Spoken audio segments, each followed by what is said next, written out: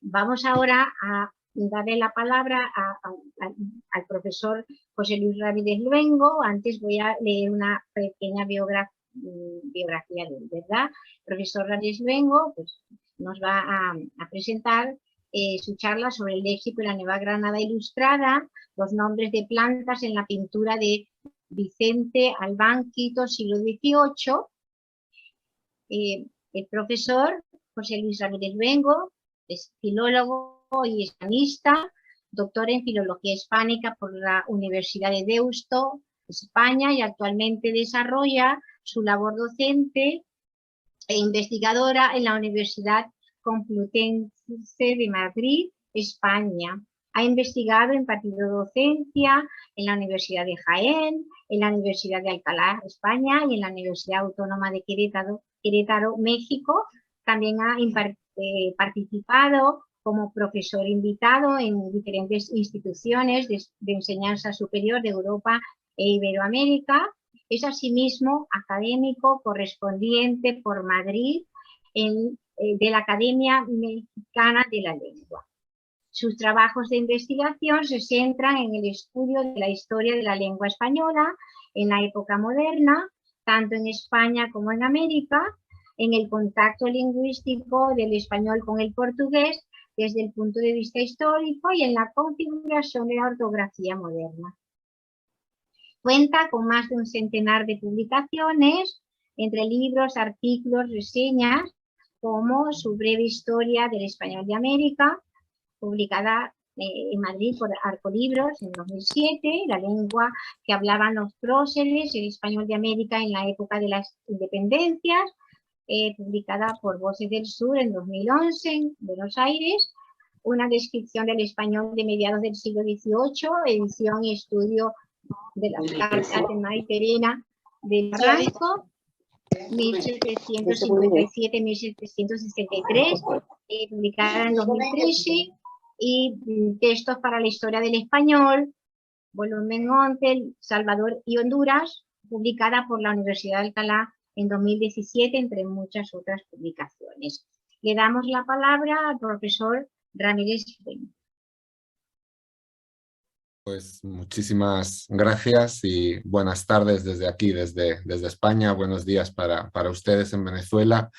Voy a comenzar, si me permiten, por compartir una pantalla, una presentación, creo que se ve, ¿verdad?, con la que vamos a poder seguir la charla. Yo quería comenzar, ante todo, agradeciendo a la Universidad Central de Venezuela, a la joven tricentenaria y especialmente a la profesora Consuelo González por la invitación, por permitirme acompañarlos hoy y también por permitirme hablar sobre un tema que me interesa mucho últimamente, que son todos estos procesos de americanización léxica que van a terminar por dotar de personalidad a las diversas variedades americanas, en concreto, en este caso, en un campo léxico específico, como puede ser los nombres de plantas. Y en este sentido, antes de comenzar con la presentación, quiero dejar claras dos cuestiones. Por un lado, quiero que este trabajo se entienda como un ensayo de un método de trabajo, es decir, más que como una investigación en sí misma, como les quería exponer cómo yo estudio la historia del léxico, ¿verdad?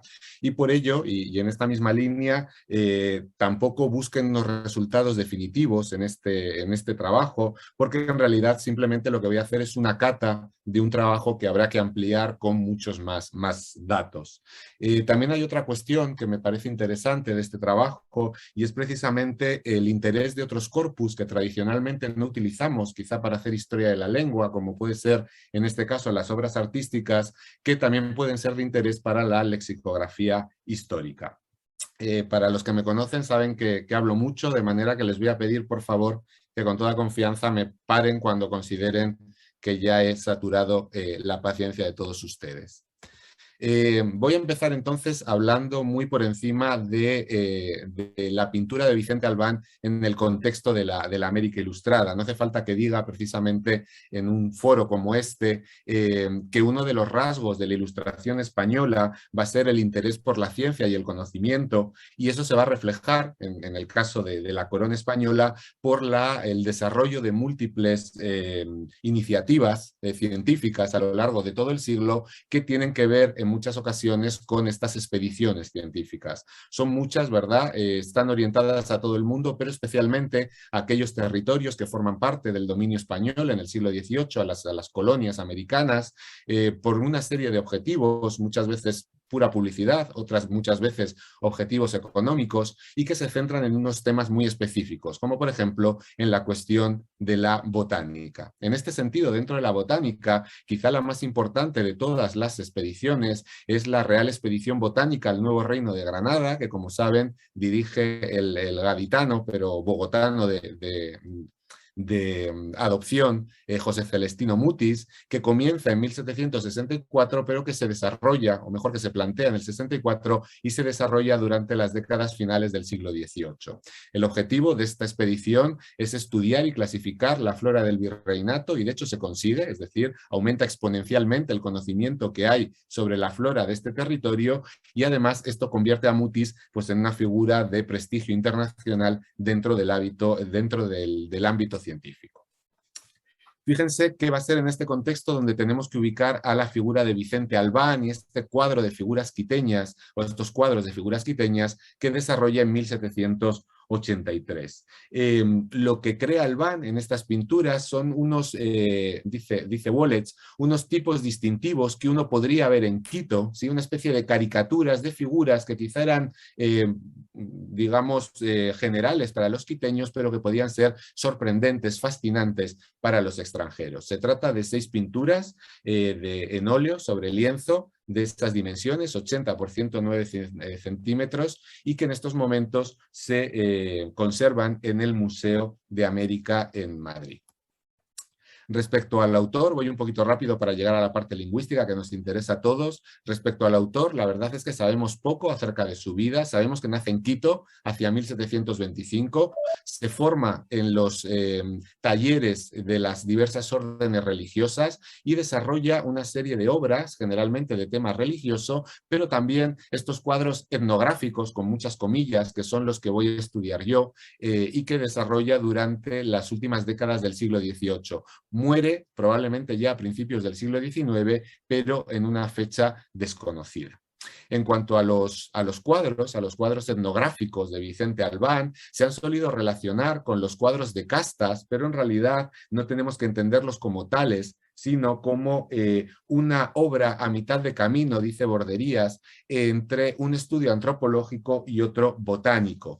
Y esto se ve porque en estos cuadros se plasma, por un lado, las figuras humanas que le interesan al autor, pero también, como segundo punto de interés, la representación de los frutos y de las plantas de la región. Por tanto, fíjense que es una obra original que, dice otra vez Wallets, se puede ver, se puede considerar como una temprana expresión del costumbrismo. Esto explica por qué, precisamente por todo esto que les acabo de decir, por qué estas obras han sido estudiadas en múltiples ocasiones desde el punto de vista histórico, desde el punto de vista artístico, desde el punto de vista de la historia de las mentalidades, desde el punto de vista de la historia del arte. Por ejemplo, se han estudiado las joyas que aparecen en esos cuadros, pero curiosamente no se han tenido en cuenta estas obras desde un punto de vista lingüístico y más en concreto desde un punto de vista lexicológico. Y esto sorprende porque van a ver ahora, les voy a poner un ejemplo, estas obras tienen unas cartelas aclaratorias donde el propio Vicente Albán lo que hace es explicar qué son esas plantas que representa. Y esto puede ser muy interesante para alguien que le interesa, como es mi caso, la dialectología histórica, porque las plantas que aparecen en su mayor parte son frutas, típicas, a veces endémicas del Ecuador. Por otro lado, porque aparecen las denominaciones dieciochescas de estas plantas y porque probablemente se trata de las denominaciones que existen y que se utilizan en el Ecuador habida cuenta de la naturaleza ecuatoriana del autor, ¿verdad? Del propio Vicente Albán. Por tanto, considero, y eso es lo que les quiero demostrar, que estos cuadros pueden contribuir, y no poco, al mejor conocimiento del léxico de la flora que existe en Quito, en este caso, en las últimas décadas del siglo XVIII. Les he traído acá, ya les dije que era lo mejor de la presentación, estos cuadros de estos cuadros, como les decía, de Vicente Albán. Este se denomina Indio Jumbo de las inmediaciones de Quito. Fíjense la figura del indígena con un montón de frutas, ¿verdad? Y esa cartela, que perdón, no se lee muy bien, pero donde aparece el nombre de esas frutas, o este otro que me parece una preciosidad, que se denomina Señora Principal con su esclava negra, donde, como ven, de nuevo aparecen todas esas plantas típicas del Ecuador, una cartela y una serie de explicaciones acerca de estos elementos.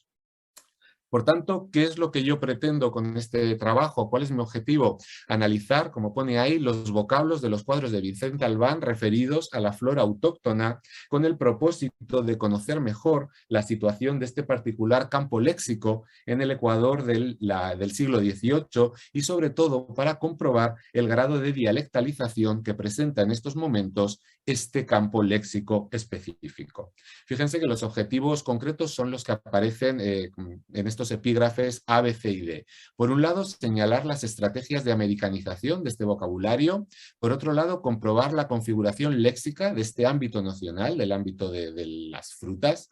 Por otro lado, analizar la cronología de las voces, ver qué voces tienen interés desde el punto de vista de la datación. Y por último, calibrar el grado de especificidad léxica de este vocabulario en relación con el americanismo y sobre todo con mi forma de entender el americanismo. Para ello les voy a describir muy rápidamente un marco teórico o una serie de conceptos que nos van a permitir avanzar en todo lo que tiene que ver con este tema, ¿verdad? Cuando yo hablo de la americanización, en este caso de la americanización léxica, lo entiendo como un proceso lingüístico dentro de un proceso cultural más amplio, que yo denomino criollización cultural, que debemos entender de la siguiente manera, y aparece ahí, como la adaptación del español a la realidad americana con el propósito de transformarlo en una herramienta útil de comunicación. Cuando los españoles descubren que ese español con el que llegan desde acá, yo estoy en España, no sirve para hablar de la realidad americana, tienen que adaptar esa herramienta. Eso es lo que yo entiendo como el proceso de americanización que se va a dar en los diversos niveles, pero va a ser especialmente claro en el caso del léxico. Para llevar a cabo esta americanización léxica hay varias estrategias. Yo me voy a centrar aquí en las dos estrategias que yo considero fundamentales y que denomino estrategias primarias. Por un lado, la modificación, es decir, adaptar el léxico existente a la nueva realidad, es una especie de reciclaje del léxico existente que supone modificar semánticamente las voces que ya se traían de España para aplicarse a esta nueva realidad, y la incorporación, es decir, introducir voces de los distintos sistemas lingüísticos. Estas estrategias las llevan a cabo todas las variedades americanas, pero lo que es interesante es que no las llevan cuantitativamente de una forma cuantitativamente semejante, es decir, la aplicación cuantitativamente dispar de estas estrategias, hay variedades que prefieren una y hay variedades que prefieren otra, nos lleva a hablar de una diferente configuración léxica, entendida como la preferencia que muestra una determinada variedad por una de las posibles estrategias, y que guarda relación con múltiples factores, algunos puramente lingüísticos y otros, la mayor parte desde mi punto de vista, con factores de tipo sociohistórico que tienen que ver con las configuraciones de las sociedades, de las diversas sociedades del ámbito americano. Y por último quiero hablar del concepto americanismo, que yo voy a definir partiendo de la definición de mexicanismo de Company como un elemento que caracteriza el habla de América y cuyo uso distancia la variedad americana de la peninsular. Fíjense que esta definición conlleva ciertas consecuencias. Por un lado, que va a ser el uso y no la etimología, el único criterio a la hora de establecer lo que es un americanismo. Por otro lado, que van a existir distintos tipos de americanismos, porque esta definición se puede cumplir de diversas formas, luego voy a hablar de eso. Y por último, y más importante, desde mi punto de vista, el carácter eminentemente dinámico, histórico de la categoría americanismo, es decir, frente a lo que piensan otros autores, desde mi punto de vista, un elemento no se mantiene de forma como americanismo a través del tiempo de forma constante, sino que en un momento puede convertirse o puede dejar de ser un americanismo. Es decir, es una categoría que está determinada diacrónicamente, habida cuenta de que, como digo, se basa en el uso y el uso pues va a cambiar. Teniendo en cuenta esto, si vamos a aplicar todos estos principios al corpus que estábamos analizando, y los primeros datos generales que les puedo dar es que en estos cuadros aparecen 25 voces. Dejo fuera, por supuesto, hiperónimos del estilo árbol o fruta y me quedo simplemente con los nombres relacionados con la flora, que son esas voces que tienen ahí, desde aguacate hasta taxo. Fíjense que si los leemos vemos que hay, por un lado, vocablos claramente hispánicos, ¿verdad? De una profunda raigambre hispánica, junto a otros que constituyen claros préstamos de las diversas lenguas autóctonas americanas. Algo que nos está diciendo, por un lado, que en este léxico, en este corpus, vemos ejemplos de las dos estrategias de las que he hablado antes, y algo que nos permite suponer que vamos a poder establecer, a partir de estos casos, la configuración léxica. ¿Sí? La configuración léxica de la que también he estado hablando. Voy a empezar, por tanto, a describir cada una de las estrategias, después hablaré de la configuración léxica. Desde el punto de vista de la estrategia de la incorporación, ya les he dicho que supone la apropiación del nombre indígena con el que se nombra esta realidad desconocida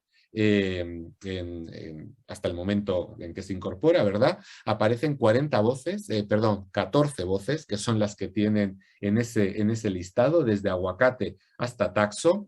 Es cierto que el hecho de que las cartelas simplemente aparezca el nombre nos impide analizar el grado de integración de estas voces, que se puede analizar desde un punto de vista discursivo, tal y como hace, por ejemplo, en Guita Utrilla. En este caso no podemos hacerlo, por tanto no voy a entrar ahí, pero sí que quiero entrar en la cuestión de los orígenes etimológicos, porque el análisis de los orígenes etimológicos me permite saber qué lenguas son las que de manera más importante van a enriquecer el léxico ecuatoriano en este ámbito específico. Los datos que tienen son los que aparecen en esta tabla, no son datos demasiado sorprendentes, de hecho, como ven, hay un claro predominio de las voces que se toman de las lenguas antillanas, ¿verdad? Casi la mitad de este corpus tan reducido, pero lo que es interesante es la presencia también de voces de otras lenguas, como puede ser el caribe, el náhuatl, el quechua, e incluso, de acuerdo con lo que dicen los diccionarios etimológicos, dos voces, chilhuacán y taxo, que probablemente están tomadas de alguna lengua de la región, habida cuenta de que son vocablos que se utilizan no de forma exclusiva, pero de forma mayoritaria, bien en el Ecuador o bien en zonas muy cercanas. De esta tabla, que como les digo no se sale de lo esperable, quiero destacar dos cuestiones. Por un lado, la diversidad de orígenes etimológicos de estos elementos, que nos habla o es una muestra evidente de los traslados léxicos que van a caracterizar en su historia al español americano. Este trasiego no solo de cosas, sino también de palabras, ¿verdad?, que se va a dar a lo largo de la historia del español de América. Y por otro lado, también me interesa la coexistencia, la convivencia de quechuismos y nahuatlismos, 2 y 2, es cierto, son pocos, pero en todo caso están ahí, porque sirven para avalar una idea que ya presentó Mejías en los años 80, que es que el reino de Quito supone, o mejor, por el reino de Quito cruza una isoglosa léxica muy marcada que separa los quechuismos al sur y voces no quechuas a partir de esta zona, hacia el norte. Fíjense que no sorprende que precisamente en el Reino de Quito, que es esta zona fronteriza, ¿verdad?, donde confluyen estas dos grandes líneas de léxicas, pues encontremos la convivencia de estos elementos. Nos está, digamos, dando la razón a esta idea que ya señalaba, como les digo, Mejías en los años 80. Si pasamos ahora a la estrategia de modificación, en este caso tenemos 11 voces hispánicas que se aplican a la realidad americana, es decir, se produce una resemantización del vocablo propiamente hispánico a partir de su aplicación a este nuevo ser americano, una resemantización por metaforización, ¿verdad? Es cierto que hay algunos problemas, luego quizás si tenemos tiempo podemos hablar de esos problemas, pero en todo caso lo que estamos viendo son cómo se utilizan recursos propios, esas viejas palabras que traen los emigrados españoles para ver la nueva realidad americana. Son 11, como tienen ahí, Todas ellas cumplen la definición que yo he dado de estrategia de modificación, pero fíjense que no la cumple exactamente igual, y en esto, una vez más, los datos coinciden con los que ya han señalado Buesa y Enguita en su libro de 1992. Podemos establecer subtipos dentro de esta estrategia de modificación. El tipo que ellos llaman directo, donde simplemente se toma el término tal cual y se aplica a la nueva realidad, son los que tienen ahí el ejemplo de piñas prototípico. La derivación, es decir, la creación de un nuevo elemento por derivación para indicar que los referentes son parecidos pero no iguales, el americano y el español. El complemento geográfico, que hace lo mismo, pero con este complemento, en este caso Coquito, pero en concreto el de Chile, no el de otro lugar, ¿verdad? O también la elipsis, entendida en este caso, y sigo a Espinosa Elorza, como una transferencia de sentido por contigüidad de nombre, es decir, este dominico y guineo que se han creado como bueno, pues estos elementos de la estrategia de modificación por la supresión del elemento plata. Teniendo esto, si pasamos ahora a la configuración léxica, esos son los datos que tenemos. Fíjense que tenemos 14 ejemplos de incorporación y 11 casos de modificación, 56 versus 44. Fíjense, por tanto, que ambas estrategias se utilizan de manera abundante, ¿verdad? Pero que el corpus parece demostrar cierta preferencia a favor de la incorporación. Algo que, de nuevo, no nos sorprende si tenemos en cuenta que estamos hablando de las frutas, es decir, estamos hablando de un ámbito de la realidad sumamente original, sumamente diferente para los españoles y que, por tanto, pues no favorece el proceso de metaforización precisamente por lo diferente que supone. Probablemente haya más factores que expliquen esta preferencia por la incorporación, de los que también quizá podemos hablar luego. Esto de nuevo da también la razón a aquellos autores que han solido decir que el campo léxico de la flora es uno de estos campos que favorece la entrada de indigenismos, pero fíjense que no lo favorece por casualidad, sino que lo favorece, por un lado, por características lingüísticas y por otro lado, como les digo, otras de tipo extralingüístico. Si pasamos a la cuestión cronológica, voy a pasar muy rápidamente esta tabla. Simplemente ahí lo que he hecho ha sido apuntar la primera datación, de acuerdo con los corpus que he consultado, Corde, Cordiam y el léxico hispanoamericano de Boyd Bowman, la primera datación absoluta y el lugar de esta voz, y la primera datación en Ecuador, la primera datación regional. ¿Por qué he hecho esto? Porque vamos a ver que en realidad quizá dado que el corpus es de finales del siglo XVIII, no es demasiado interesante para encontrar dataciones absolutas, pero sí que lo es para completar la historia del español del Ecuador, es decir, estas dataciones regionales. No me centro en esto porque no quiero robar tiempo a mis colegas que tienen cosas más interesantes que yo para decir, pero sí que quiero indicar algunos de estos datos cronológicos que pueden ser generales, que pueden ser interesantes. Por ejemplo, las retrodataciones generales. Hasta ahora, la primera datación que teníamos de Chamburo y de Chilhuacán era de 1962. Trabajar con los cuadros de Vicente Albán nos permite llevar estas palabras del siglo XX al siglo XVIII, es decir, demostrar que tienen una profundidad histórica de por lo menos 200 años, eso de forma general, y también tenemos una serie más abundante de retrodataciones regionales, es decir, el primer ejemplo de la palabra chirimoya encontrado en el español ecuatoriano era de 1845, lo podemos retrotraer a 1783, lo mismo me pasa con guineo, con capulí, con plátano dominico, con chamburo. Fíjense que hemos podido detectar pues, que las voces tienen una presencia más antigua en el Ecuador de lo que hasta el momento sabíamos. Suponíamos que era así, pero digamos que ahora queda demostrado. También es interesante este corpus porque nos aporta las primeras atestiguaciones regionales de vocablos que aparecen a día de hoy, por ejemplo, en el Damer, en el Diccionario de Americanismos de la SALE, como voces propiamente ecuatorianas, pero para las cuales no teníamos ningún dato histórico. Por ejemplo, calabazo, coquito de Chile, aparece como voces ecuatorianas, pero de nuevo no podíamos ver cuál era la antigüedad de estas voces en la variedad ecuatoriana. de acuerdo con estos cuadros, por lo menos tenemos que irnos al siglo XVIII.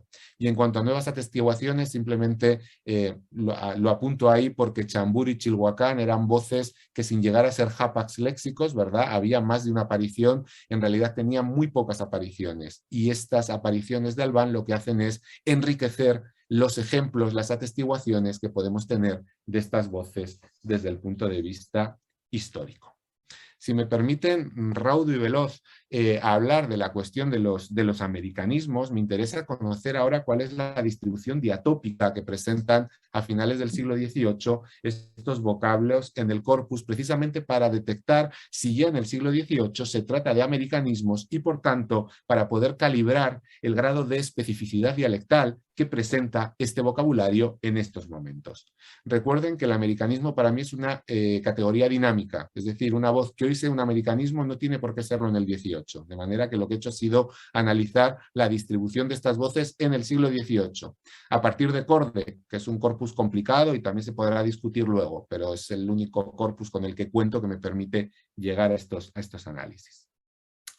Y también dije que había diversos tipos de americanismos. Una vez más, siguiendo a Compañi, voy a hablar de semánticos puros y de frecuencia. Fíjense los datos que aparecen. Tenemos 11 voces que son americanismos semánticos, voces compartidas en su significante, pero con distinto significado entre España y América. 10 voces que son americanismos puros, solo aparecen en corpus americanos y no en corpus españoles del siglo XVIII. Y 3 voces que son americanismos de frecuencia. Aparecen a ambos lados del océano, pero tienen una presencia mucho más abundante en el caso de América.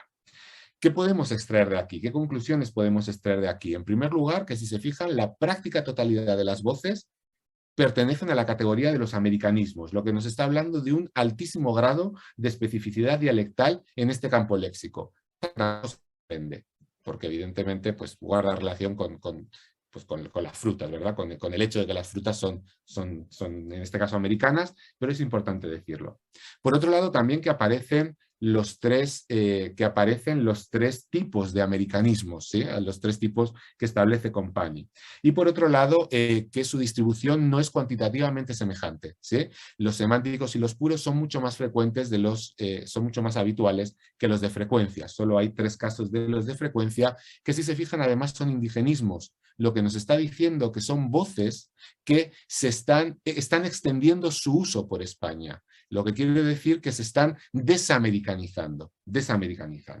Esto es una muestra clara de esta idea del dinamismo del americanismo. Podemos suponer que Aguacate en el siglo XVI es un americanismo puro, voz que se conoce exclusivamente en América. A día de hoy es una voz compartida, general, ¿verdad?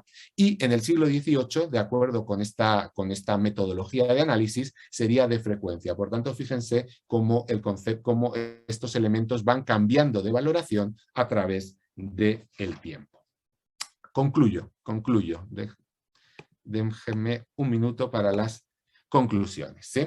¿Qué podemos concluir a partir de este rapidísimo análisis? Repito, no quiero robar tiempo a mis doctas compañeras. ¿Qué podemos concluir? En primer lugar, que la americanización es una realidad ya en el siglo XVIII. Mejor, que la americanización en este campo nocional específico ya se ha producido en el siglo XVIII, cosa que, una vez más, tampoco sorprende. No iban a esperar 400 años, ¿verdad?, para empezar a denominar de alguna forma estas frutas. Es evidente que el proceso de americanización va a ser siempre muy rápido. En segundo lugar, y aunque no lo he puesto ahí, quiero hacer énfasis en ello, la importancia de corpus como puede ser aparentemente no utilizados generalmente para la historia de la lengua, quizá que pueden parecer no tan interesantes, pero que, como pueden ver, pues lo son, al menos desde esta perspectiva de estudio. Por otro lado, descubrimos la aplicación de las 2 estrategias fundamentales, la modificación y la incorporación, y en cuanto a la configuración léxica, que hay una clara preferencia por la incorporación, algo que guarda relación, por un lado, como les decía, con las características del campo léxico analizado, pero no solo, también con factores socioculturales de la región, con el hecho de que estemos hablando de Quito, una zona donde la presencia indígena es muy importante, donde hay una convivencia con la población indígena, donde una lengua como el quechua, el quichua, que se habla en la región, es una lengua prestigiosa. Todo eso va a favorecer la estrategia de la incorporación frente a lo que puede pasar en otras variedades. Estoy pensando, por ejemplo, en el oriente de Bolivia o en otros lugares. En cuanto al origen etimológico de los indigenismos, la mayor parte son antillanismos, pero hay también de otras lenguas, nahuatlismos, quechuismos, etc. Y en este sentido lo que me interesa es sobre todo la presencia combinada de quechuismos y nahuatlismos que me demuestra una vez más el Reino de Quito como una zona de frontera léxica, en el sentido como la zona donde confluyen esas dos grandes corrientes o esas dos grandes influencias amerindias, que son el náhuatl hacia, digamos, de Ecuador hacia arriba y el quechua de Ecuador hacia abajo, dicho de forma muy general. En cuanto a la estrategia de modificación, estas voces endohispánicas, hay diversos subtipos, son los subtipos que ya les he señalado anteriormente, no lo voy a leer. También son importantes estos datos desde el punto de vista cronológico, en algunos casos porque se trata de la primera datación, bien absoluta o bien regional, de algunos vocablos, y otras muchas veces porque es el primer ejemplo histórico ecuatoriano de voces que hoy existen en el Ecuador. Repito, yo estoy trabajando desde la perspectiva de la dialectología histórica, por tanto a mí me interesa la cuestión dialectal, de la variación léxica desde el punto de vista histórico, de ahí la importancia de estos datos. Y en cuanto a la perspectiva, a la condición de americanismos, ¿verdad? Pues también varios puntos de interés. En primer lugar, que la práctica totalidad de estos elementos constituyen americanismos en el siglo XVIII, por tanto hay una fuerte personalidad léxica en este campo nacional específico, que pertenecen a todos los campos de americanismos, cosa que nos sorprende, es decir, se utilizan bueno, aparecen los tres tipos, ¿verdad? También en este caso, como en otros muchos textos analizados, el alto grado de dialectalización que les decía, y también, algo que no he dicho antes, pero que se puede indicar ahora, la existencia de una relación entre el origen etimológico y el subtipo de americanismo. Aunque esta relación no es absoluta, sí que hay una clara tendencia a que los americanismos semánticos sean voces endohispánicas, voces propiamente hispánicas, y los americanismos puros sean indigenismos. Bueno, aquí vemos que también se cumple esta relación que ya se ha establecido en otros trabajos. Por tanto, no cabe duda que si desde un punto de vista artístico, y cito a Borderías Tejadas, Albán consigue hacer un retrato de la flora de Nueva España mezclándola con algunos de sus habitantes para realizar una especie de muestrario de novedades americanas, estas novedades americanas no se quedan en, estas novedades de la flora, no se quedan en la mera pintura, sino que también se dan en la lengua, Es decir, Albán está creando, probablemente sin saberlo, un documento lingüístico de primera importancia que más de 200 años después nos ayuda a los investigadores a reconstruir de una manera más completa y por tanto de una manera más certera la historia léxica del español ecuatoriano. Muchas gracias.